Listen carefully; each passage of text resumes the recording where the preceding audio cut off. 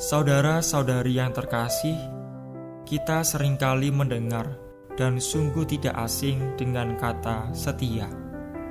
Kesetiaan bukanlah perkara tentang kewajiban, tetapi pilihan dari setiap pribadi yang dilakukan dengan kemauan dan totalitas.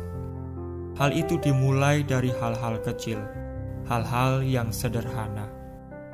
Pada dasarnya kita seringkali bersikap acuh tak acuh terhadap hal-hal yang kita anggap remeh.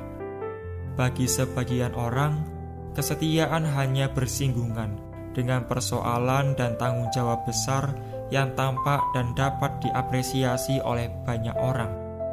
Akibatnya, tanggung jawab yang kecil sering tidak dapat perhatian, khususnya bahkan terkesan diabaikan. Saudara-saudari terkasih, hidup beriman itu menuntut kesetiaan yang utuh. Maka dalam situasi apapun dan tantangan bagaimanapun, hendaknya iman kita tidak tergoncangkan hanya karena rayuan dan godaan yang menggiurkan dari sisi manusiawi kita.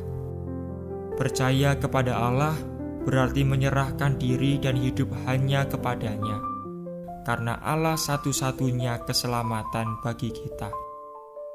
Seringkali kita dihadapkan pada sikap tidak tegas dan tidak bertanggung jawab sebagai umat beriman, sehingga menimbulkan sikap yang gampangan, mudah putus asa, dan kekhawatiran berlebihan.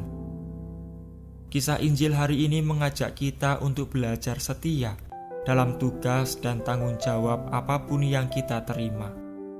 Bagaimanapun kondisi dan bagaimanapun situasinya, baik kecil maupun besarnya tanggung jawab itu, kita diajak untuk selalu setia.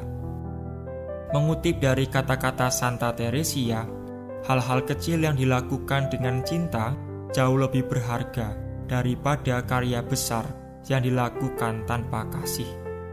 Maka, marilah kita semua mempersatukan diri kepada Allah, agar segala tanggung jawab yang kita terima dapat kita laksanakan dengan cinta kasih yang bersumber darinya. Semoga Tuhan memberkati kita semua.